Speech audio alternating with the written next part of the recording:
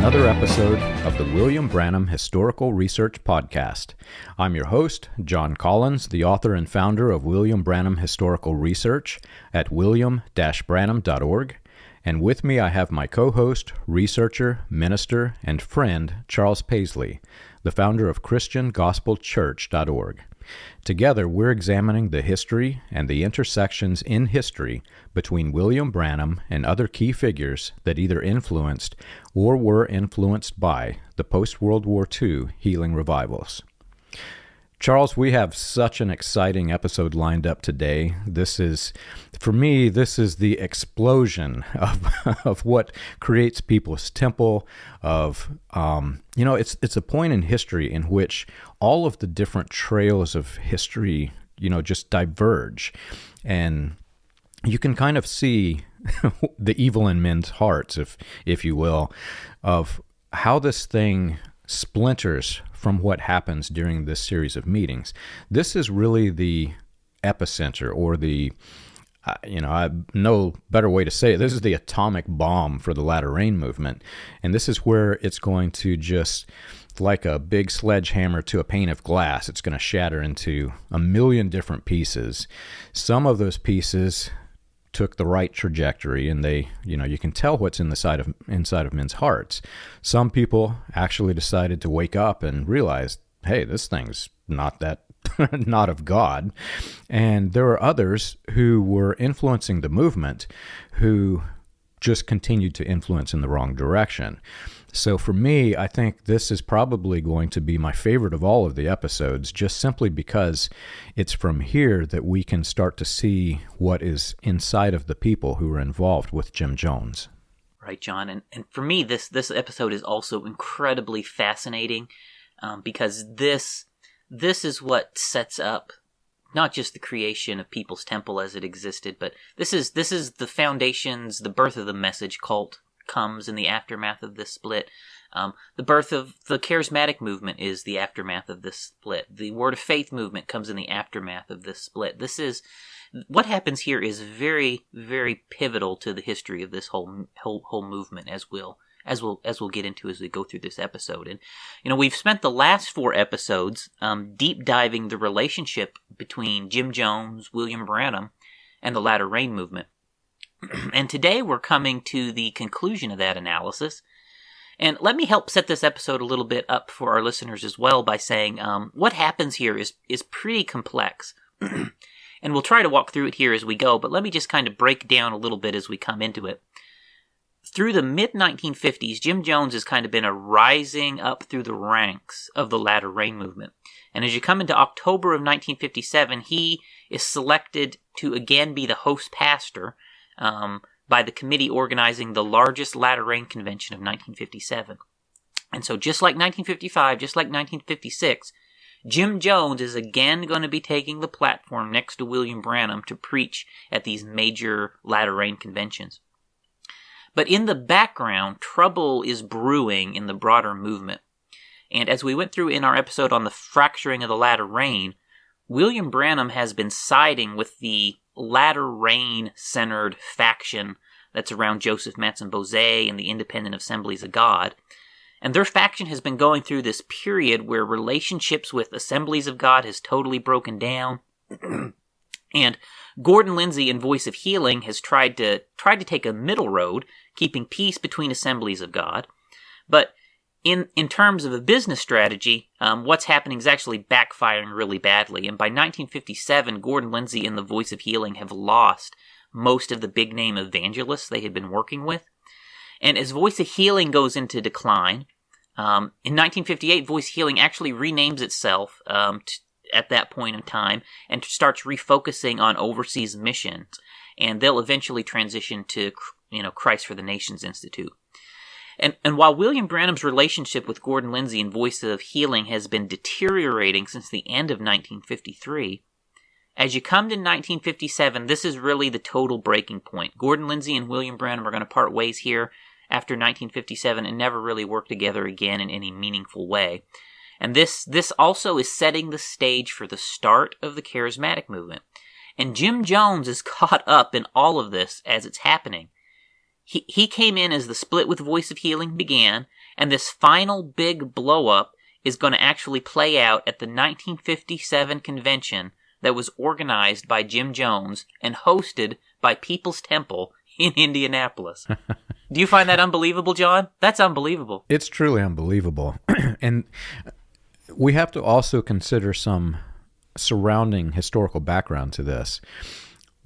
As we've covered in this podcast, there are really, really thick connections to white supremacy in the heart of this movement. It isn't that all of the people involved with Latter Rain were white supremacists, but we can strongly tie many of the leaders of the sect to white supremacistic doctrines, and to some extent connections directly to leaders of white supremacy groups, such as William Branham connected to Roy E. Davis, who was the second in command of the 1915 Ku Klux Klan.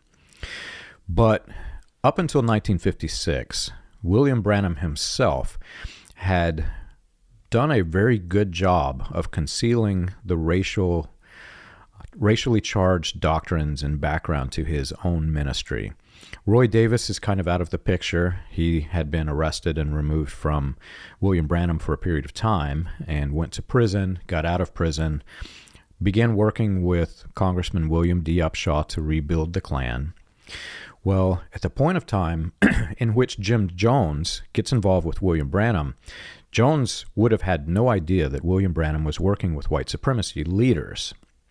And so Jones, whenever he advertised William Branham's big meeting at the Cadle Tabernacle, he actually advertised it in the Indianapolis Recorder. And this newspaper was a very famous black newspaper published from Indianapolis. I think it's the fourth oldest black newspaper in the nation. And the leaders of the newspaper, the creators of the newspaper, were very pro-civil rights, obviously. They were, during the 1950s and 60s, they were advertising Martin Luther King Jr., Malcolm X. They were, they went on to receive a lot of awards for their work in civil rights. Jones, who also was very big in Indianapolis in the civil rights movement, decided to publish this news that William Branham was coming to Indianapolis first in the black newspaper. And that makes a very big statement. Jones is working with these African Americans in Indianapolis, and he's telling them, look, we're bringing in the big guy from Latter Rain, William Branham, the leader of the post-World War II healing revival by this point, and it's open arms. He loves people with black skin. That's the message that Jones is conveying by choosing the Indianapolis Recorder. And the big names that were involved in 1956, which I think we've mentioned, but Joseph Mattson-Boze obviously was very closely working with Jones and Branham. You also had David Duplessis, who was the head of the World Pentecostal Fellowship. And you had Reverend Rasmussen, who was the partner to Reverend Joseph Mattson-Boze, also working very closely with William Branham. That was the 1956 convention.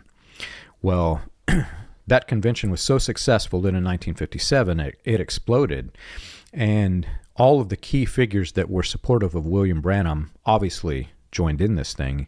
You had people like T.L. Osborne, who at William Branham's funeral said that he was basically God in the flesh. You had Tommy Hicks, you had F.F. Bosworth, you had this whole array of ministers.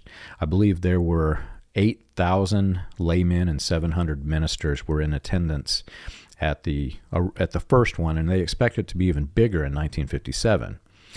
So while all of this is going on, Jones has no idea that William Branham is so closely aligned with the white supremacy movement that was opposing civil rights, but the cracks in the walls of defense around William Branham's public stage persona in hiding were beginning to crack because Davis was becoming extremely active in white supremacy.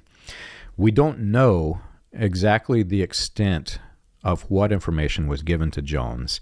We can kind of see hints at it, But this is the same period of time in which, if you look at the different paths of men, Reverend Davis, who was William Branham's mentor, will soon step out to the forefront as the head of the Atlanta, basically the main Ku Klux Klan. He's going to become the imperial wizard of this. And you also have William Branham, who's, after Davis goes public, Branham is going to introduce his non-racist serpent seed doctrine and then slip in the hybriding doctrine, which the combination of which turns into basically a rebranding of Wesley Swift's Christian identity doctrine. So all of this is going on in the background.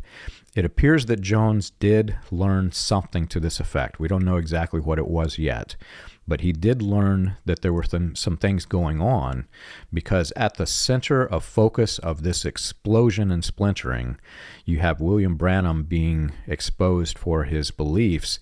William Branham says that it's because of serpent seed, but his serpent seed sermon does not actually come out until 1958.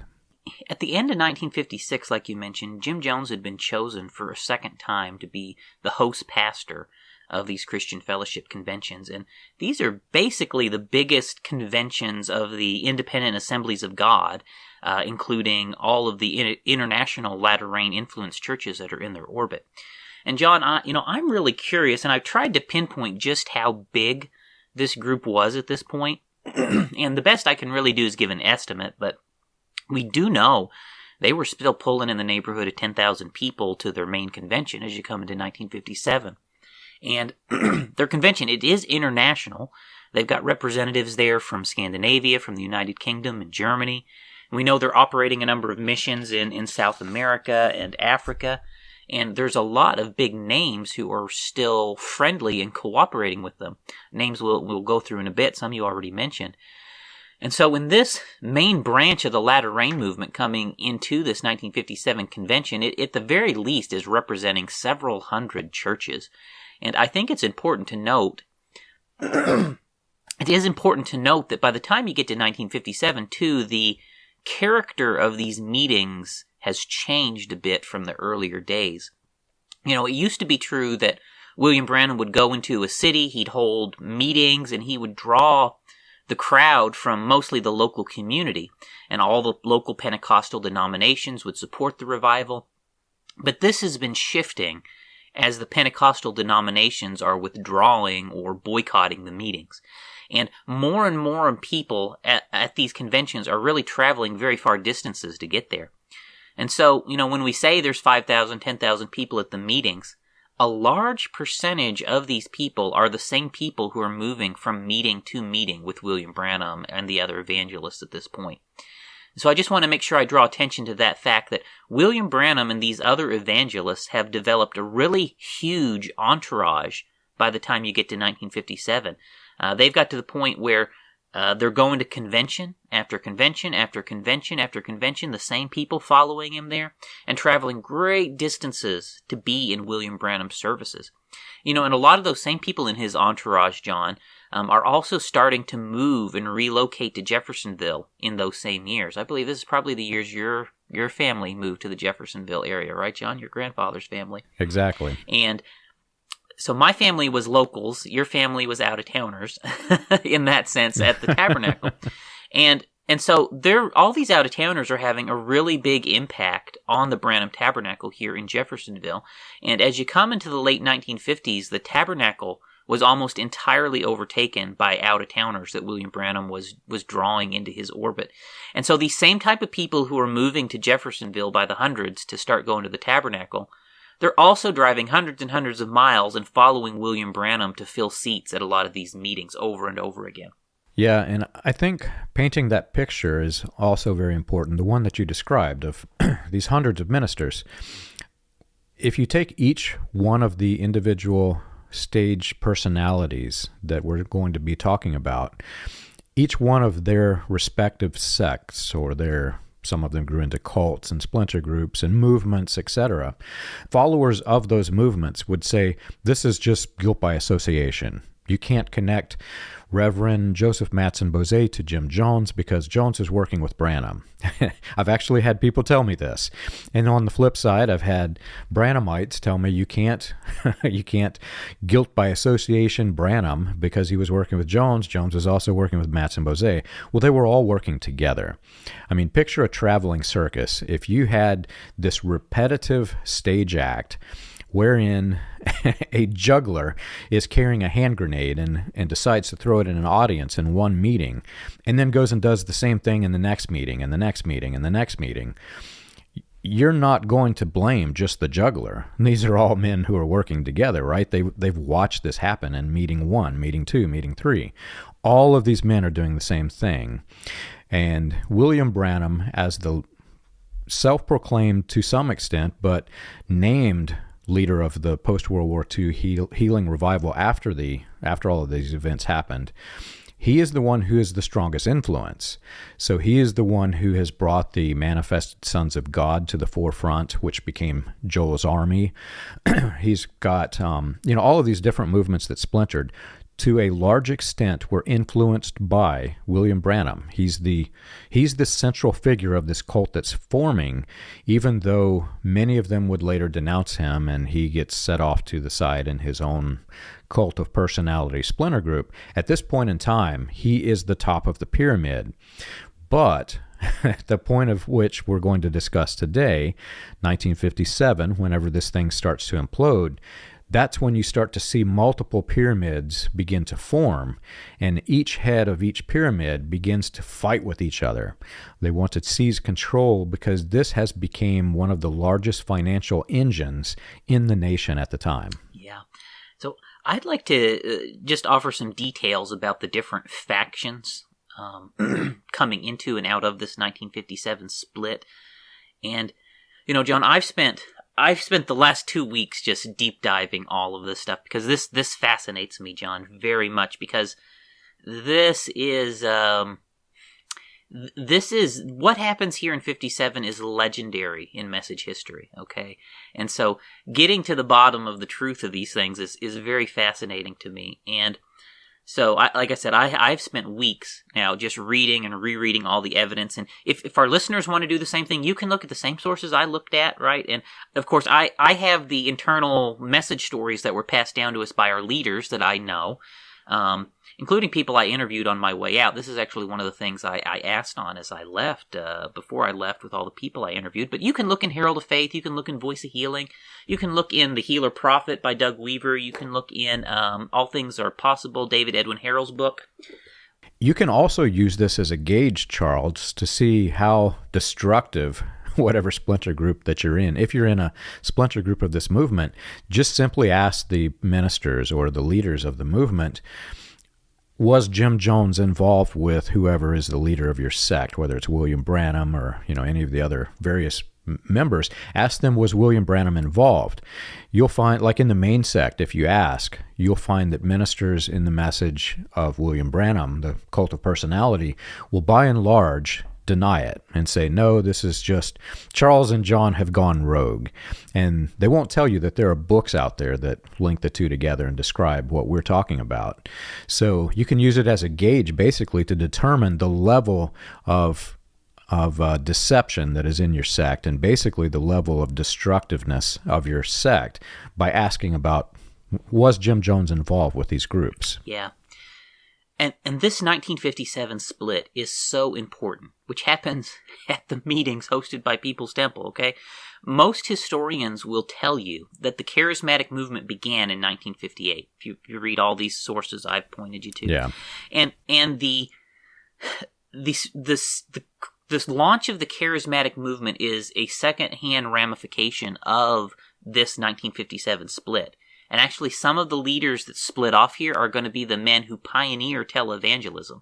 So if you're in charismatic Christianity today, your history traces through this 1957 split, right? This is a critical step on the path that's going to lead to the charismatic movement. And now, by the time you get to 1957, the Pentecostal denominations have almost entirely withdrawn their support from these guys, okay? Gordon Lindsay and the people sticking with him and the Voice of Healing, they're really the only ones successfully maintaining a relationship with the older denominations at this point. And Gordon Lindsay, the Voice of Healing, they're very carefully trying to cooperate with William Branham up till 57, but really they're shrinking fast, they're declining fast, and really the last big name that Voice of Healing had on their team in the mid-1950s was A.A. Allen, right? And so Gordon Lindsay and Voice of Healing, while they did do a good job of staying in the good graces of Assemblies of God, it came with a cost, and it cost them the majority of the evangelists who had been working with them as Assemblies of God would sanction them and sanction them and sanction. And so by the time 1957 rolls around, Voice of Healing is on the verge of imploding, right? Voice of Healing no longer represents the center of the movement that William Branham is part of. The center of the movement by 1957 has shifted over to this conglomeration of smaller groups and independent ministries. And in 1957, the most important players here are Joseph Mattson-Boze, the Independent Assemblies of God, and all of these figures who are going, full steam ahead with varying degrees of the latter rain ideas. And this faction does have a whole lot of big names, John. The Full Gospel Businessmen are aligned with this faction at this point, and they're growing in importance. Oral Roberts is aligned with them, and men like Oral Roberts are slowly launching their own independent organizations at this point too. And then there's a lot of other smaller name evangelists who are still part of this, who become very important, like T.L. Osborne, like Kenneth Hagin, like Tommy Hicks, like Paul Kane, right?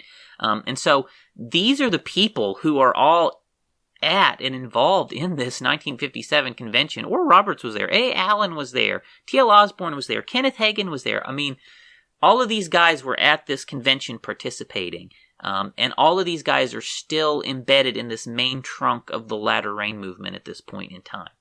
Exactly. And it's very difficult to try to think of Jones in this way, because we think of Jones as basically he's the guy from People's Temple who's wearing those dark sunglasses, and he's a commie, and he's down in Jonestown, Guyana. He's in no way, shape, or form related to any of this. That's the image that has formed in the minds of people over the time.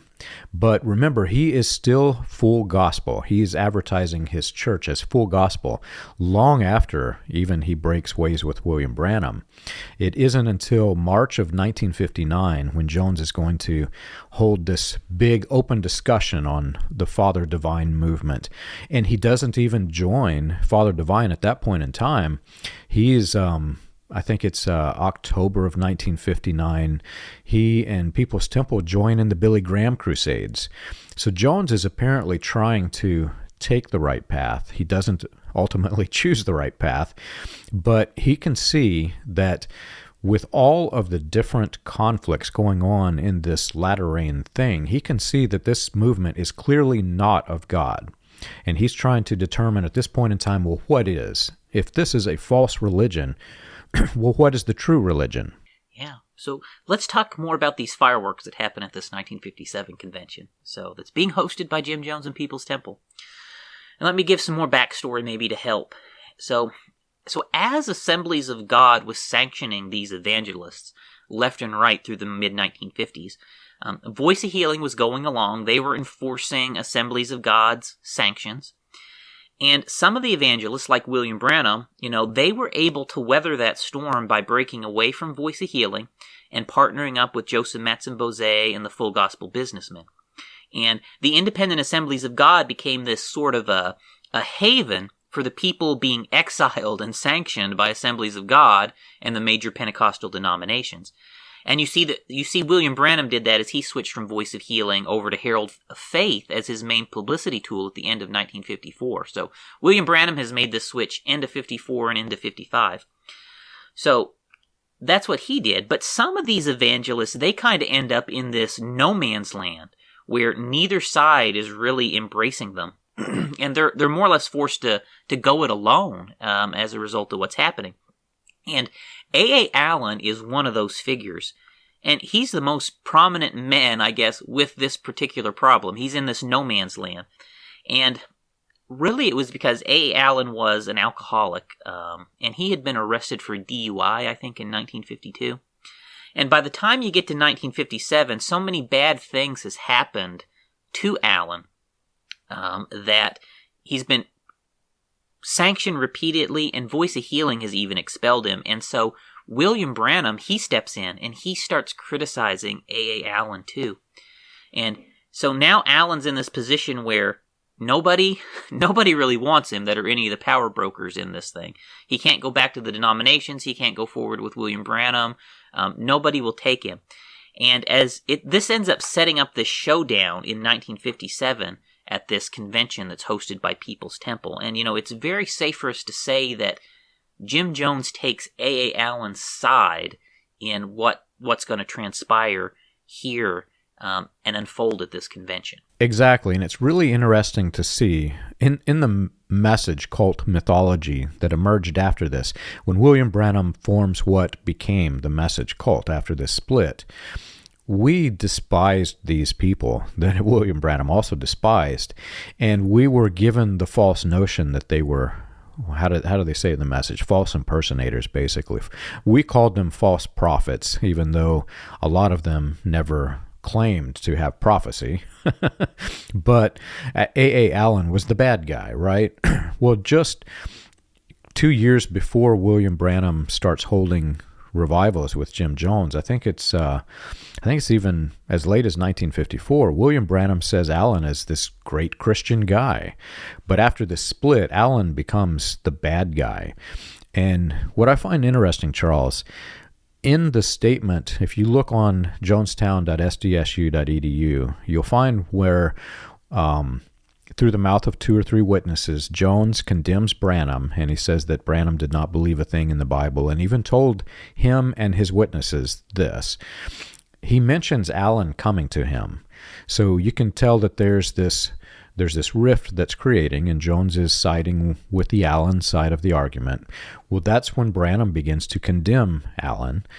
Jones abandons this false religion, and he joins, he and entire People's Temple join in the Billy Graham crusades. Well, William Branham later starts denouncing Billy Graham, and Graham was also one of the heroes of the faith if you look at the early versions of William Branham's stage persona.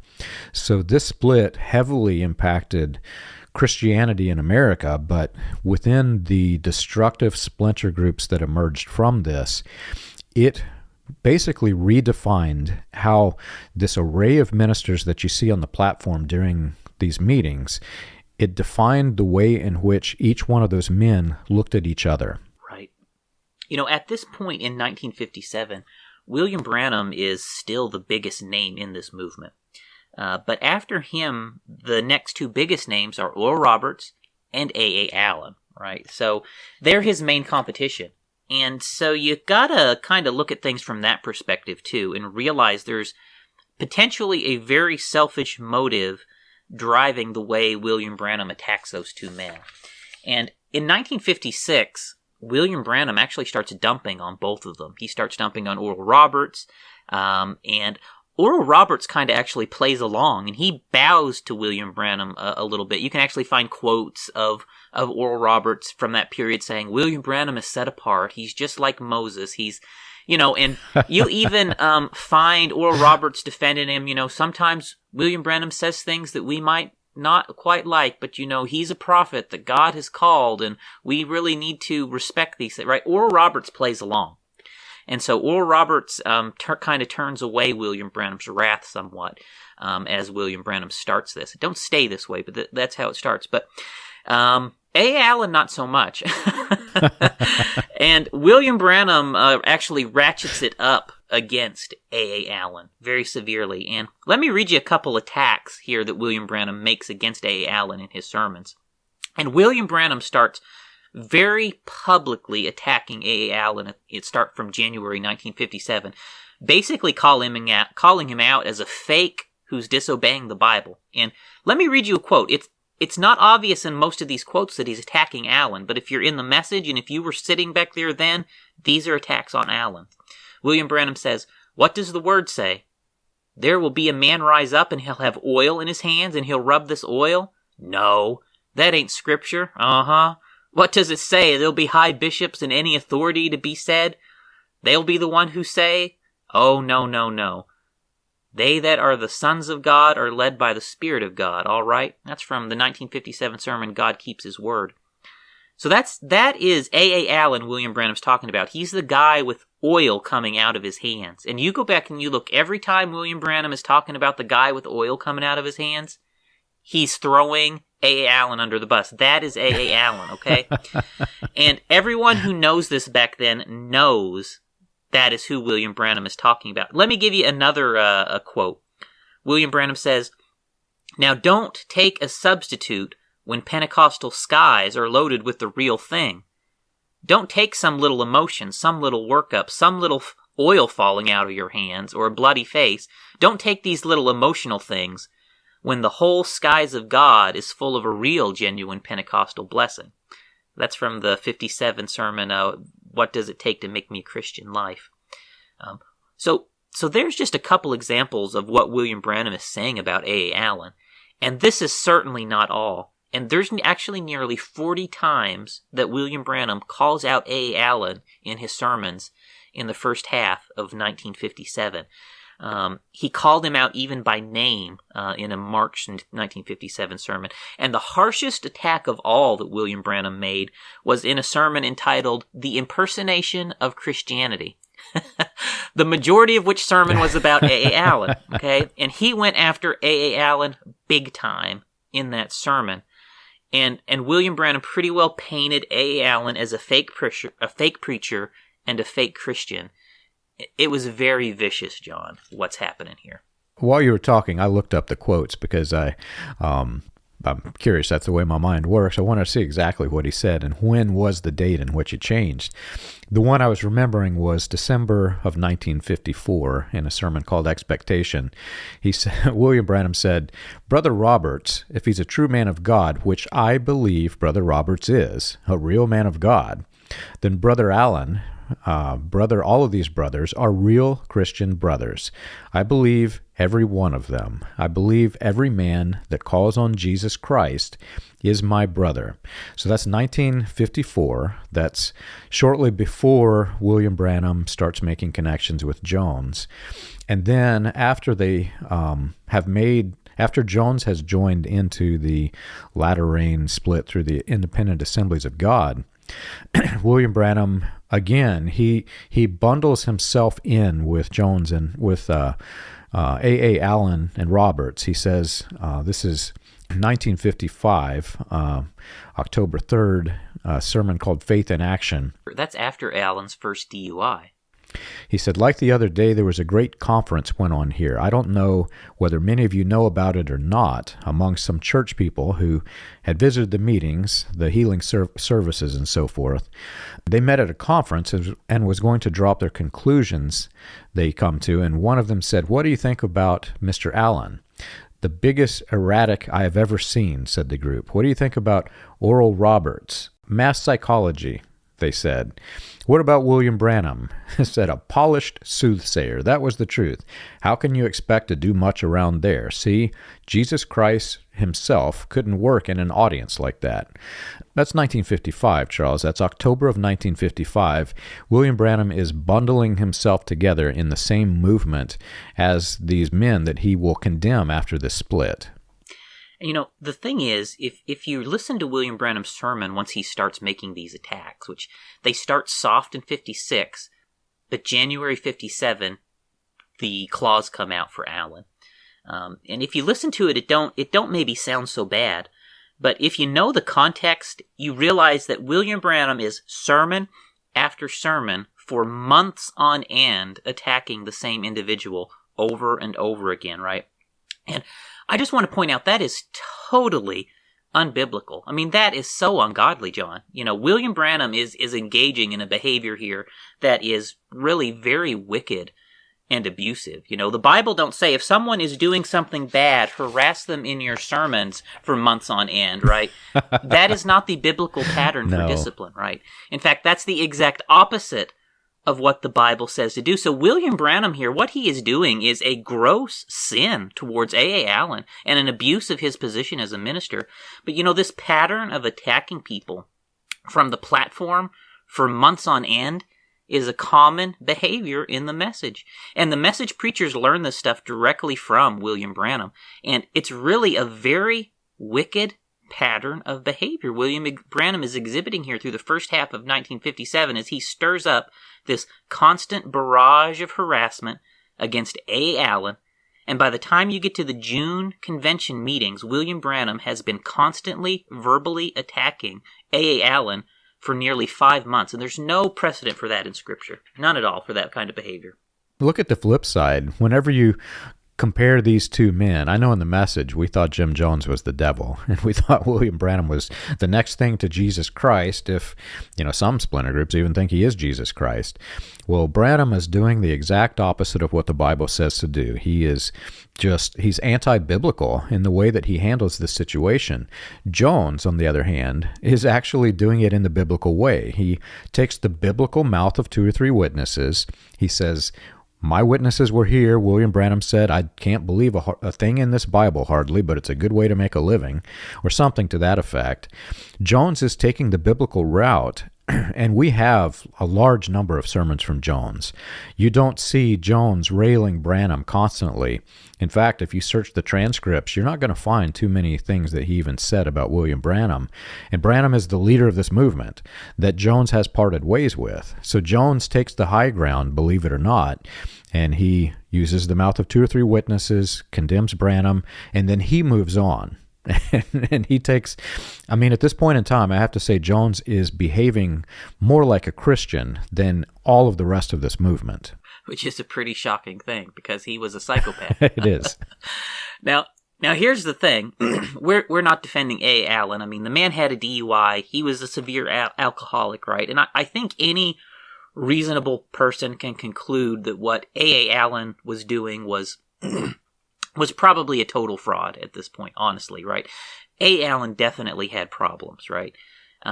But these latter rain people have totally abandoned the biblical pattern for church discipline, and they've totally abandoned the framework that existed in the denominations for being able to hold a bad minister accountable, right?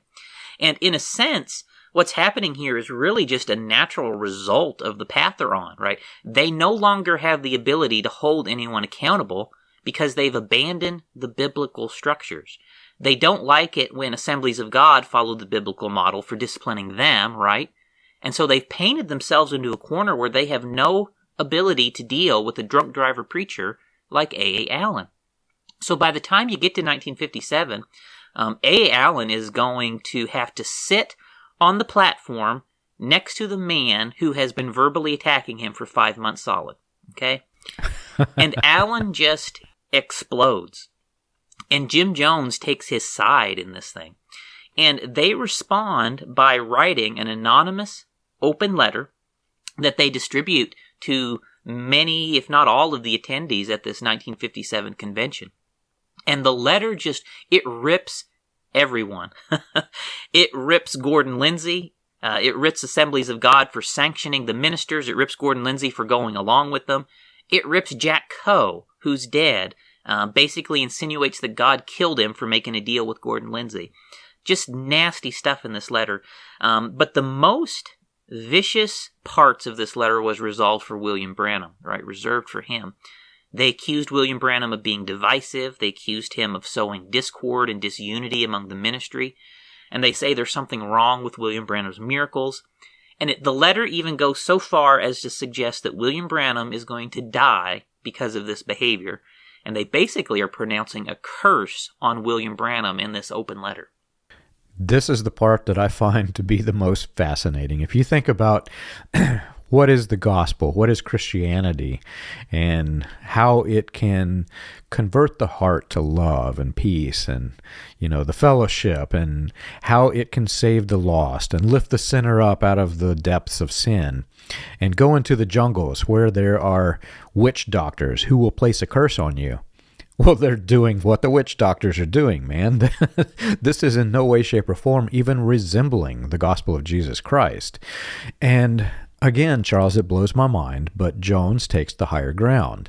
He is acting and behaving like a Christian at this point in time. I am not defending Jones by no means, but when you compare this movement as a whole and what happened to it, Jones is the one who comes out looking unscathed, while the rest of them just show their backsides. I mean, William Branham is showing his backside in this, and he comes out looking very much like he's a bitter, egotistical maniac. And Jones, who later becomes that, kind of looks like a saint. Yeah. So this rift between A.A. Allen and William Branham is legendary in the message. There are stories handed down in our sect, John, about it. And I'd say A.A. Allen is arguably the most hated and reviled of all the healing evangelists among the message old-timers. And the stories that they would tell me about A.A. Allen when I would ask about this, I mean, you would think A.A. Allen was the devil incarnate, John. And Yes. and it all has to do with what happened here in 1957.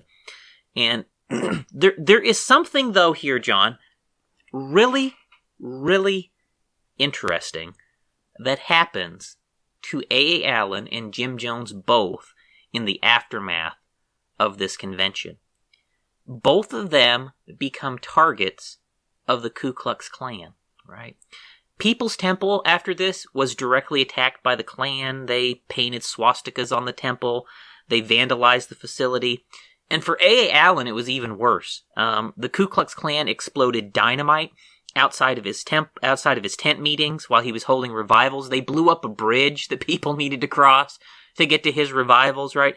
You can even read about that. The attacks by the Klan on Jim Jones, or rather on A. Allen, you can find them talked about in God's Generals even, right? I mean, this even made God's Generals. This stuff is so famous, what happened. And can somebody shout amen? There's some mentions about the Klan activity in here as well.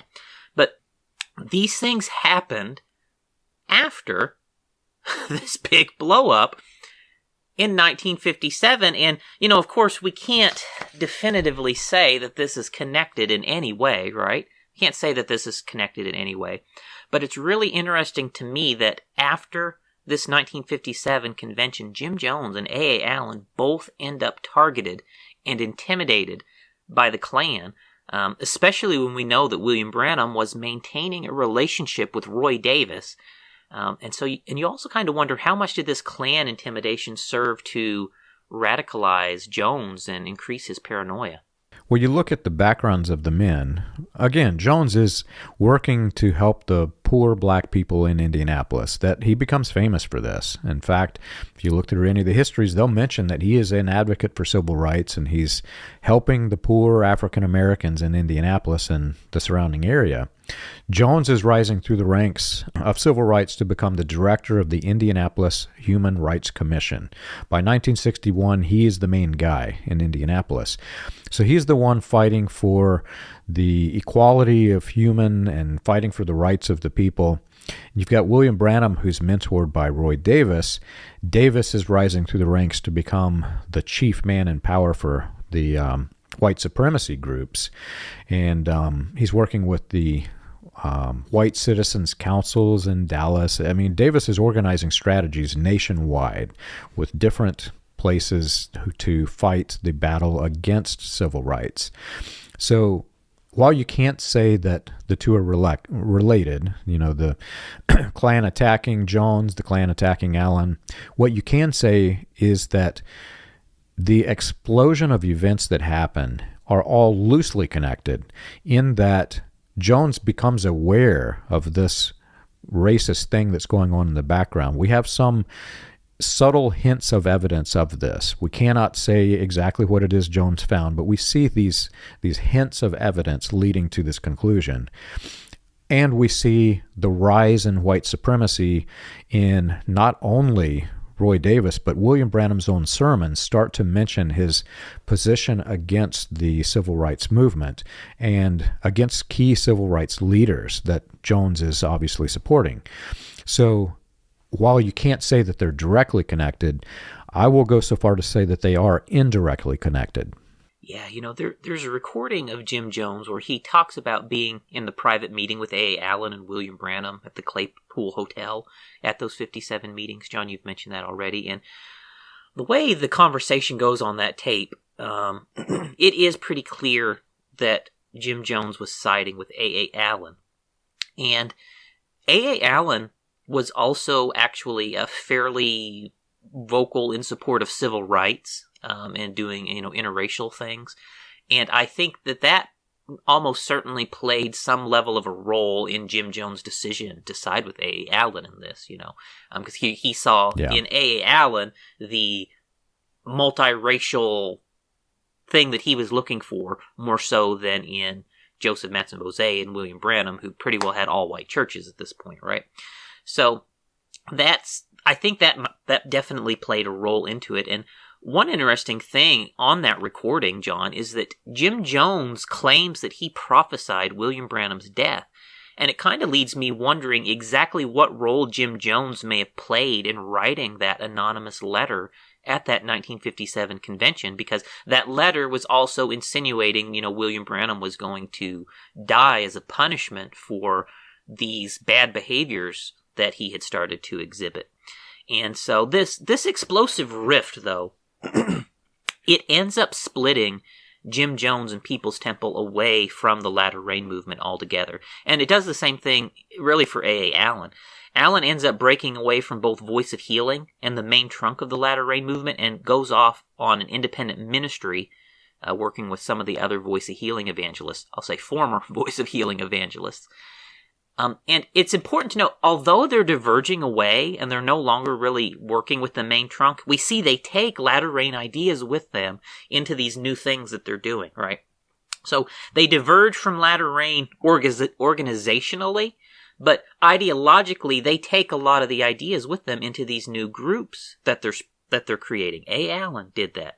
Jim Jones did that.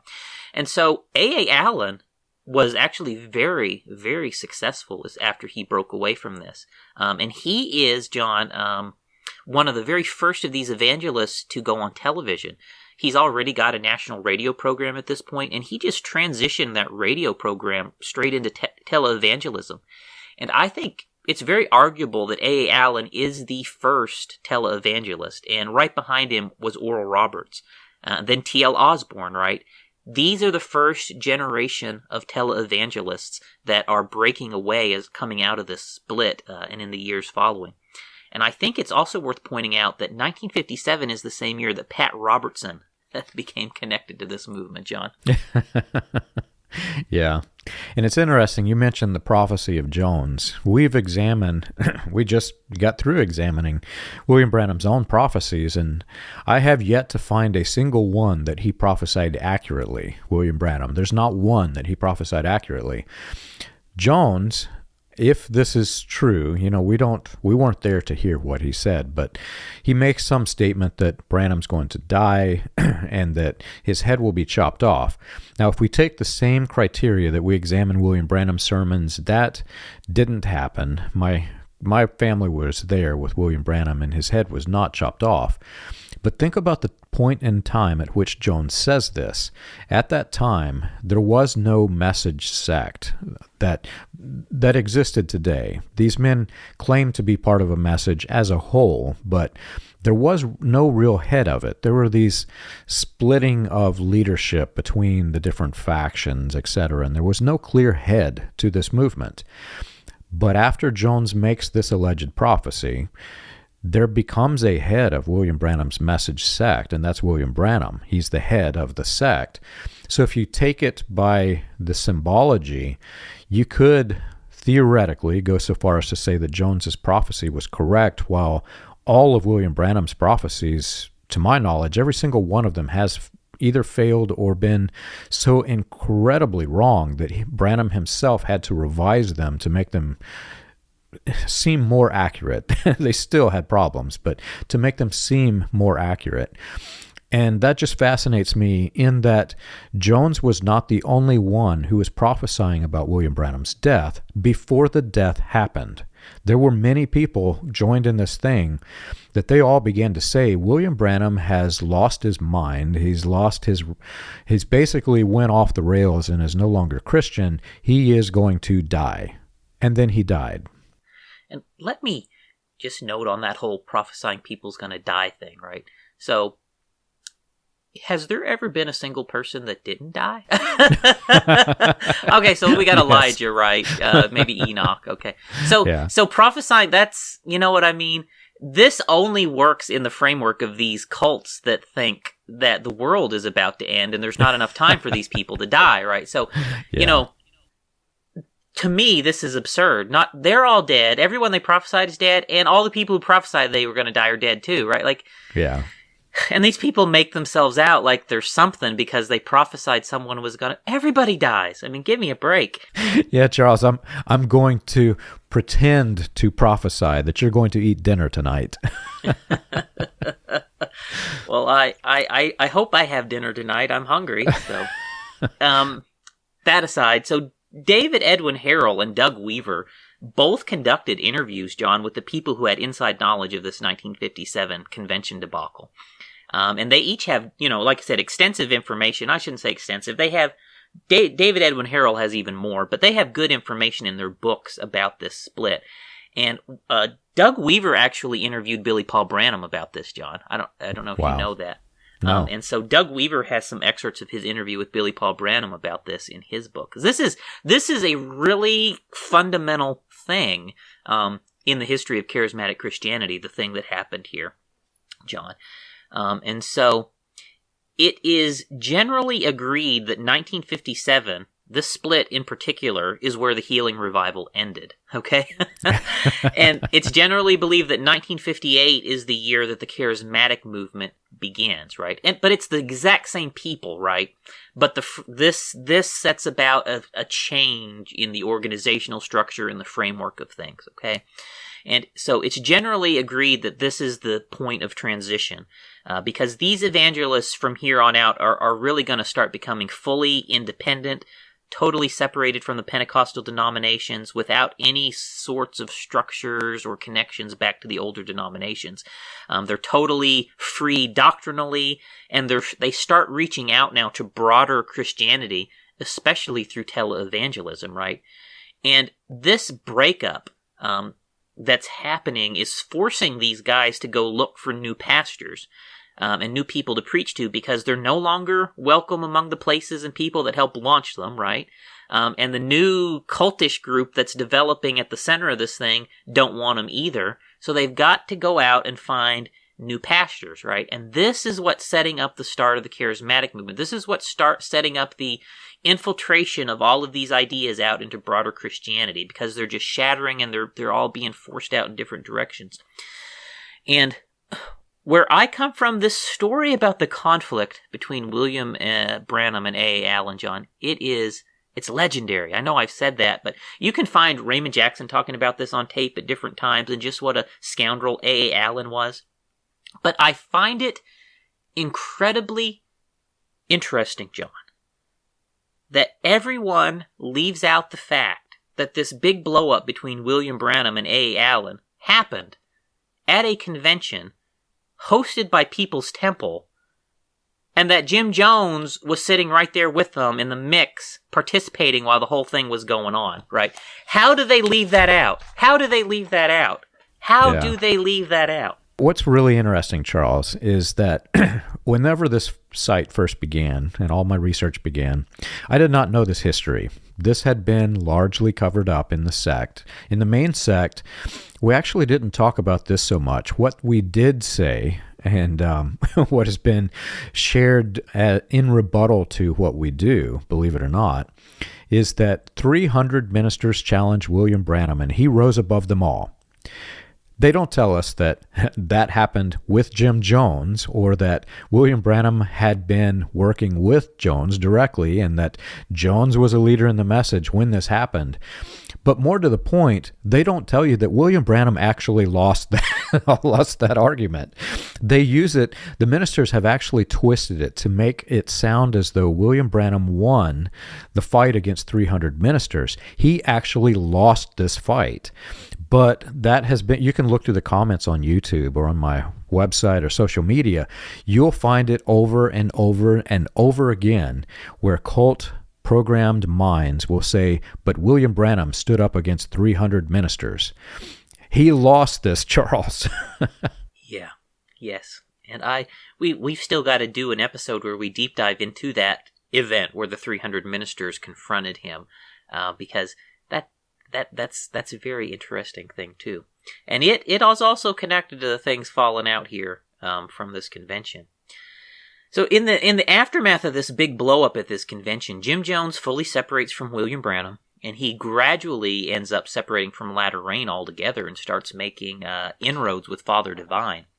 And one very interesting thing, John, that I found is, I just want to share this with you. It's from some of the old material in the 50s, and I think this is probably quite likely the place that Jim Jones might have even found out about Father Divine. And so first, Jim Jones, he kind of goes on this kind of fact-finding mission. You can find this in the biographies, but he goes on this fact-finding mission to gather information about Jim Jones, or rather about Father Divine's peace mission, so he can bring back the dirt to the other Latter Rain preachers. That's how he sets up him going to visit Father Divine the first time, okay? But really, we know he ended up going to investigate him to pick up pieces to integrate into his own ideology. But if you look through Voice of Healing, for example, John, you will find that Voice of Healing is publishing books and advertising books attacking Father Divine through this period. So this is April 1957. There's an article going after Father Divine. And if you turn 2 pages ahead in this same magazine, hey, there's an advertisement for William Branham and Jim Jones meeting at People's Temple, right? Okay, so Wow. Based on the biographies, I'd say Jim Jones was probably involved even in this stuff right there we see about the Father Divine piece there. So everything is set up here before this 1957 split even happens for Jim Jones to make a beeline over to go see Father Divine, and really continue on with producing what's going to become the unique ideology of People's Temple, which I've said before, it's basically a cross of William Branham with Father Divine. You cross William Branham and Father Divine, you get Jim Jones. And so I just wanted to share that. I thought that was interesting. The enemy of my enemy is my friend. Basically, that's the position Jones is taking. What's interesting, Charles, whenever I started publishing this research and became somewhat public about it, I have a very well-respected family member who left William Branham's cult of personality. I won't give his name, but this family member left the message and became Catholic. And years later, he and I are close friends at this point. Years later, I asked him, what made you decide to become Catholic? And he said, well, that man who I learned was the devil, referring to William Branham, that man who I learned was the devil called the Catholic Church the devil. And once I realized that William Branham was the devil, I decided the devil of the devil is the good guy. And I'm not advocating for the Catholic Church by no means, but I'm trying to display the fact that Jim Jones here is taking the stance that the enemy of his enemy is his friend when he learns that this movement is not inspired by God. This is a pivotal moment for People's Temple. This is the point at which it goes heading down the wrong path, because Jones has just not only come in contact with the false gospel, he has started preaching the false gospel. And he suddenly wakes up and realizes this is a false gospel. So he starts doing this investigation into, what is the real gospel? And what can I gather from this? And the problem is, he has been so indoctrinated for so many years with the false gospel that he really doesn't know what to do with it if you take what happens next. Because he starts looking at Father Divine, which is another destructive cult, starts to take ideas from Father Divine. He carries forward what he truly believes as pseudo-gospel, which is William Branham's Manifested Sons of God, he carries that forward. So that doctrine becomes a deeply rooted part of Jim Jones's People's Temple ministry when it turns destructive. So he is taking all of the enemies of his former friends, and he's trying to piece together, well, what is the gospel? And it doesn't appear that Jones really came in contact with the real gospel of Jesus Christ. He just found all of these other things that reminded him of what he liked about the false gospel. As you mentioned, definitely not advocating joining another cult, leaving the message. It's when you leave the message, you leave a destructive cult in general, it's good to just take some time and let things settle in your mind before you go on and take another step into something. Because as you see with Jim Jones, he left one cult and went to another, right? And that is what is a very easy thing to do when you leave a group. So it's best you just take your time, think it through, go slow, and just read the Bible and let God speak to you in that way. And so, one last point I think I would like to mention, John, before we wrap up this episode is just to point out how what's happening here does not match up with the history that the message preachers have told us and taught us, okay? Because here in 1957, all of these guys have already left the old denominations. A. Allen wasn't part of the denominations anymore. Oral Roberts wasn't part of the denomination. None of these guys are part of the denominations. They are all on the outs, John. Every one of them these are all on the outs together, okay? And William Branham, by 1957, has not even preached a come out of her, my people sermon to the denominations, okay? So by 1957... none of these guys William Branham is working with are operating within the denominational systems. None of them. They already have exited the denominational supported systems at this point. And if you've spent your whole life in the message like I did, you probably just have no idea of this context, because the mythology of message history doesn't tell us about this. These people have already separated from the denominations before William Branham ever preached, come out of her, my people, telling people to come out of the denomination. You can find him preaching, come out of the Catholic Church before this, but you can't find him saying, come out of the Protestant denomination. This did not happen. The people who left the denominations at this stage in 1957 left because this whole movement was leaving, and because the denominations were really pushing them out against their will. And this anti-denominationalism was a widespread belief in the latter reign.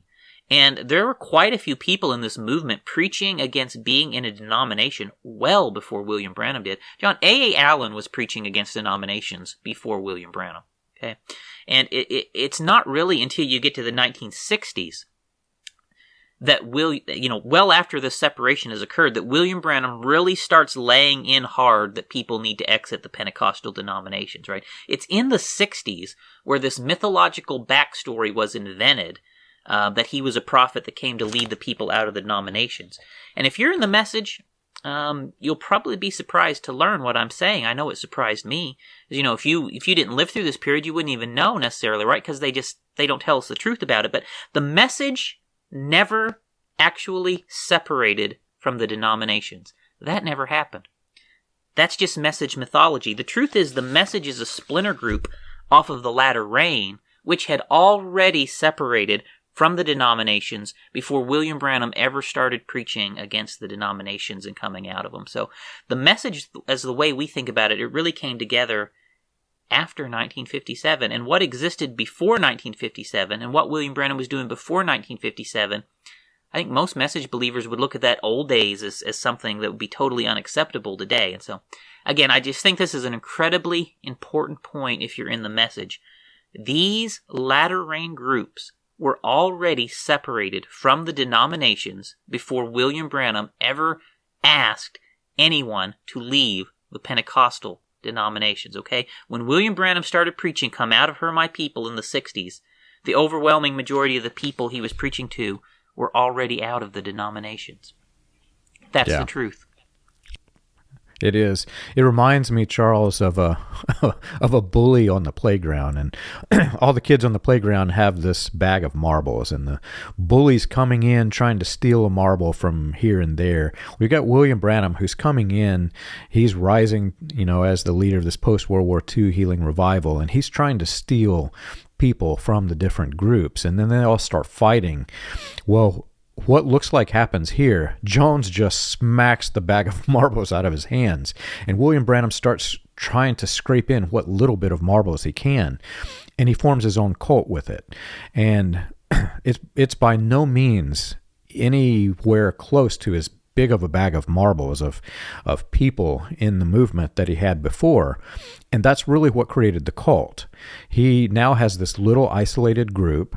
All of the other kids in the playground won't play with him anymore. And so he just starts bitterly attacking those who knock the marbles out of his hand. He becomes a cult leader of a destructive, isolated group of the Latter Rain, sect of the Latter Rain, because he has literally lost the fight against all of these other men, and all of these other men are starting to go their own way because they're starting to see that he is not this humble, gentle, meek character that his stage persona has presented. He is a bitter, mean, angry man filled with hate. That's the type of personality that, if you look at the sermons after this point in time, you start to see that emerge even in his speeches. William Branham is not a humble character after this point. He becomes a egotistical maniac, much like Jim Jones became, but Branham died in 1965, so there was no real climactic event for his cult. So I think I'll wrap up by saying, like you, whenever I left this group, I had to completely flush it out of my head. Everything that I was taught, I realized that the foundation of it was incorrect. And when you leave a cult, you are very susceptible to joining another cult because you have no real foundation. I read the Bible, I want to say 15 times. I've actually lost count. It's between 10 and 15 times, cover to cover, just to try to wash out everything that was in my head. And even then, I still today, when I'm reading the Bible, I'll come across some passage and I'll realize that I was manipulated to believe the exact opposite of what that passage says when read in context with the paragraphs before and after. That's how bad this is. So you can't move forward until you have completely wiped all of this out of your mind. So when you leave, my advice is always this: move slowly.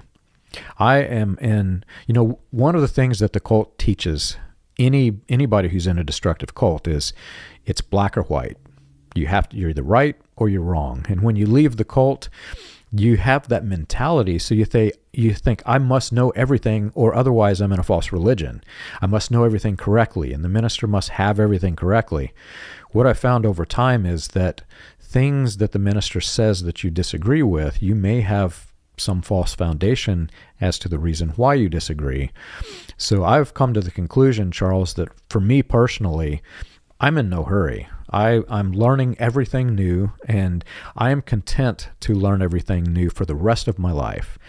I strongly feel that if God is the God of all, then he is the God that can bring me into all truth, and in his way, not me trying to force my way into it. So anyway, if you've enjoyed the show and you want more information, you can check us out on the web.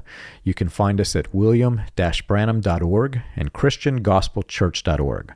For an overview of the historical research of William Branham and the healing revivals, read Preacher Behind the White Hoods, a critical examination of William Branham and his message, available on Amazon, Kindle, and Audible.